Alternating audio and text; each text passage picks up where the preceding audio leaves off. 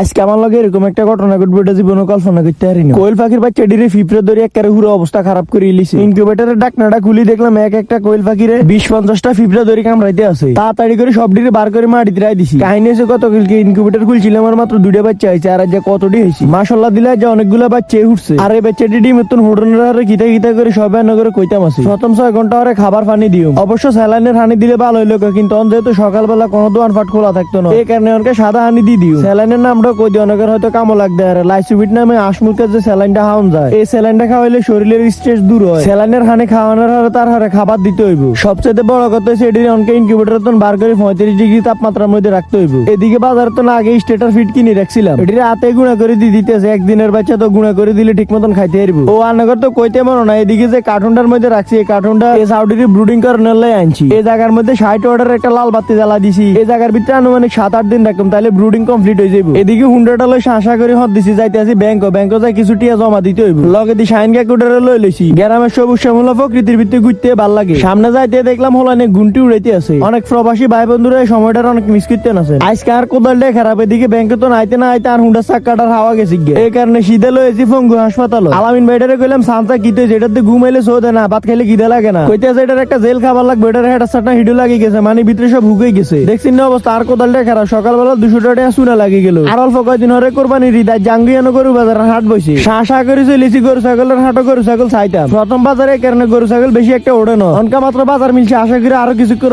উড়া মাঠ ভর্তি হয়ে যাবো। ঠিক কিছু সময় না যাইতে যাইতে অনেকগুলো গরু চলে এসে। আর গ্রামের বাজারের মধ্যে শহরের বাজারের তুলনায় দাম একটু বেশি থাকে, তবে আজকের বাজারের দামটা মোটামুটি এভারেজ লাগছে। এদিকে আরো একটা গরু দেখলাম, এই গরুটা সামনের সাইডটা হুরা R15 এর মতো দেওয়া যায়। সামনে যাইতে দেখলাম না মোটামুটি শান্ত আছে। জিগেলাম রাগ করলাম, মাথাটা লাড়া দি কইতে আছে হরি এন্তন হাইজলামি করেছে, গুতে দি সব হেরা করে এলিম। এদিকে দেখলাম মানুষ সব কল আলগি দিকিতে জানি সাইতে আছে। সান কোদাল খারাপ হলে যাও বলার নিজে গুন্টি উড়েছে, গুন্টির উতে সিঁড়ি সাদো আর গাছও আটকিছে। এই হুতের মধ্যে গুইলকে ফাঁকে একটা আটকি গেছে। দেখছেন না অবস্থা। ইয়াজি দেব দুনিয়া জায়গা হালাই হুতের কিনে দিনই উড়াল দিতে গেছে। এদিকে প্রায় 20 মিনিটের বেড়া ঝুলতে আসিল। বহুত চেষ্টা করছে কিন্তু ছুটতে আর না, ফাঁকার মধ্যে এমন বেলা হাসাইছে। আর নিচে তো মানছে আগ করে চাইছে কি করবে এত উঠবে কেন উঠবো। পাখিটা অনেকক্ষণ ধরে ঝুলতে আছে, এটার কষ্ট দেয়। দৌড়াদৌড়ি করে বাইতে বরসি বেড়া লই লইলাম। উদ্দেশ্য হয়েছে হুতাটার মধ্যে মেলায় হুতাটা কাটি দিও, কিন্তু আইতে না আইতে দেখলাম এদিকে এক বড় ভাই পতাকার ডান্ডাটা উড়াই পাখিটার হুতাতন মুক্ত করে দিতে হচ্ছে। যাই হোক ভালো হয়েছে, আর বেশি কষ্ট করা লাগে না। সারাদিন কাম কাজ শেষ করে রাতের বেলা আইছিলাম আর দেই যে জায়গার মধ্যে ব্রুডিং করছিলাম এই জায়গার লাইটটা কেন জানি বন্ধ গেছে। এই সুযোগে ফিফরেডে সবটি পাখিরে কামড়া চলে এলাইছে। আর